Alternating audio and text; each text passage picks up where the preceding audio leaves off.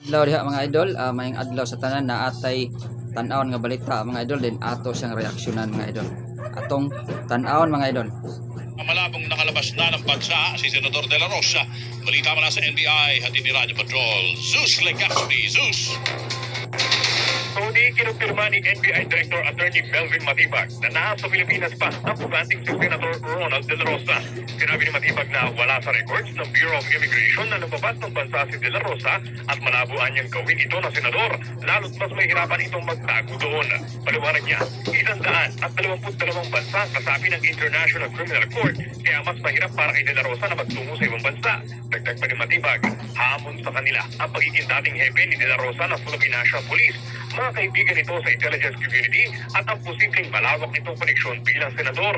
Nang tanungin sa progreso ng NBI sa paghahanap sa mambabatas, sinabi ng direktor na hindi pa nila masabi kung kailan nila ito matutunton, pero tiniyak na tuloy-tuloy ang kanilang Opinion lang ako mga idol, dili gyud mo abroad si Senator Bato.